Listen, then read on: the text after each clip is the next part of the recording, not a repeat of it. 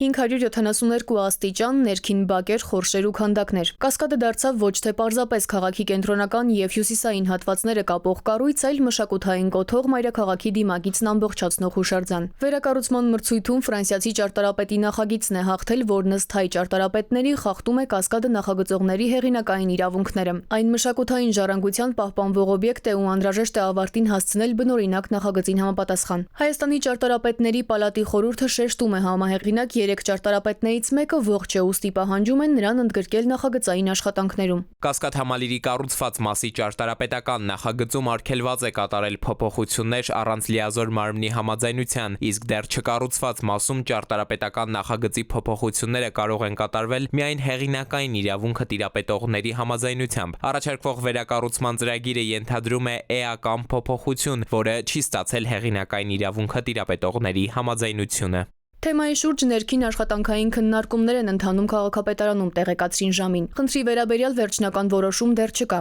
Մրցույթի պայմանագրով էլ սահմանված են մի շարք իրավական երաշխիքներ, որոնք համայնքին հնարավորություն են տալիս կասեցնել վերանորոգումը, եթե ներդրողը մշակութային հանգույցի կառուցապատման ժամանակացույցից շեղումներ թույլ տա։ Հնարավոր է լինելու լուծել համայնքային հողերի օտարման պայմանագիրը ծրագրի իրականացման ցանկացած փուլում խախտումներ թույլ տալու դեպքում։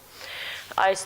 գործիքակազմից բացի նախատեսվում է նաև 5 միլիարդ դրամի չափով տուգանք, ինչպես նաև սահմանափակում համայնքային ծրագրերին հետագա 10 տարիների ընթացքում մասնակցելու հնարավորության։ Այնուամենայնիվ մասնագետների հստակ պահանջն է, որ եթե կասկադի շինարարությունը շարունակվում է, ապա աշխատանքները պետք է իրականացվեն հեղինակային նախագծով։ Քանի որ սա հուշարձան կառույց է, այն պետք է դիտարկվի որպես ռեստավրացիոն աշխատանք։ Լավագույն գործը, որը աշխարհում ինքնատիպ ու յուրահատուկ է, չի ավարտին հասցվում ըստ հեղինակային նախագծի,